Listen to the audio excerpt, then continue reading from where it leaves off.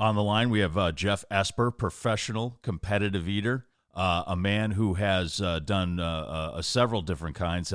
You've been in the Nathan's hot dog eating contest several times and have gotten second place. Have you ever won the Nathan's contest? No, I got second place last 3 years in a row, I think. And how many dogs did you have in the time allotted? I think my best is 50. 50. And Yeah. And that's in what, like 10 minutes? Yeah. Yep. Oh my God. And then what is your table talk pie record so far? I've done 50 in 10 minutes before. Oh my gosh. Okay. And so have you ever done a barbecue contest? We've had ribs, smoked ribs, chicken wings, smoked chicken wings, mutton sandwiches. That was at a barbecue festival. And later on this year, in May, we have at a barbecue festival, we have it's a bologna eating contest. It's like smoked bologna. Oh wow, that sounds delicious. Okay, so this is what I'm facing here. So they have like a barbecue platter. It's a full rack of ribs, about 3 cups of pulled pork, maybe a little more. 5 what they call Texas lollipops. So they're sections of sausage with wrapped in bacon. Okay. 1 cup of mac and cheese, about 1 cup of coleslaw, maybe a little more than a cup, and then what they call their yeehaw burger, which is a double cheeseburger patty, 2 patties, bacon, barbecue sauce, lettuce, tomato, and onion, and maybe about 2 large McDonald's large fries worth of fries. Okay. Now, I don't have to eat it in 10 minutes, but they're giving me an hour to finish it. Yeah. Yeah, that's pretty typical of a restaurant challenge. Yep. Yeah. So the whole deal is if I don't finish it in an hour, I have to pay for it. Okay. And I'm a pretty cheap guy, so I'm trying to go for it here. Are you a naturally big eater? Yes. Yes, I can say that. Maybe not as big as you, but I can put it away for sure. Yeah. Okay. So my question is, one, what should I start with?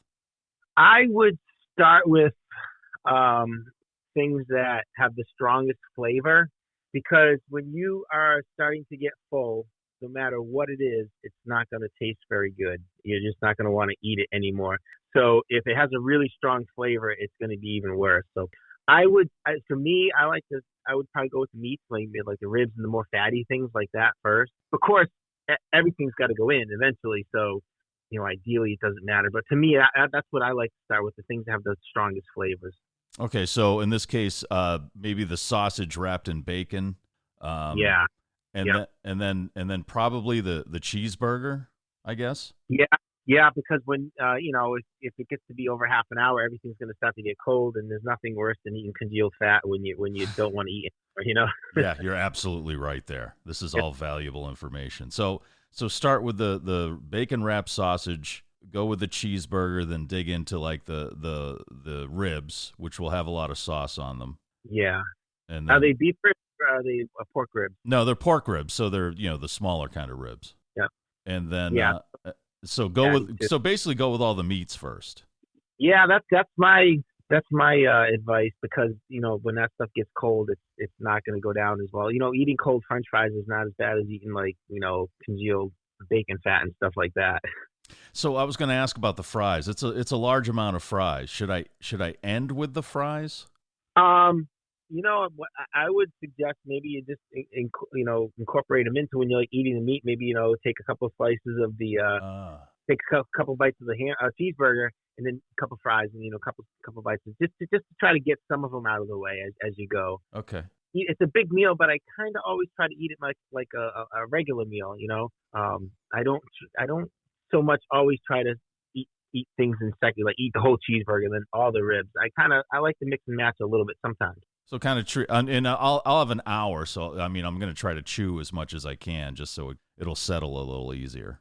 Yeah, and if you're worried about if it's going to fit, you got to try to limit the amount that you drink as best you can. That was my next question, was about liquids. I should have some water or something nearby, right? I would go with water. I wouldn't go with anything that has carbonation. Okay. Just going to take the room and stuff like that. Okay. Some people like to try to switch to flavored drinks, later on in the challenge, just to kind of give you a flavor. flavor change. Because what happens is you get something called flavor fatigue, and it just whatever you eat doesn't. When you're full, nothing tastes very good. Like you just don't want to eat anymore. Right. So we'll use that as a trick. They use something like that has like a flavor change towards the end. What about like a juice? Yeah, juice is fine. Anything like that. I try to stay away from anything with carbonation. Okay, so stay away from the bubbles. That's the main thing. But this being is this your first restaurant challenge you've ever done? Well, let's just say I haven't done one in a long time. Yeah, so it's been a while. So I guess you could say, in your terms, I'm out of shape. yeah, so you want to kind of conserve your capacity, and I'd stay away from the bubbles. Okay, now for like the training for the night before or the day of, some people say you should try to expand your stomach, maybe eat a lot of iceberg lettuce, drink a lot of water. What do you recommend? You could try doing that. Really, I think a day.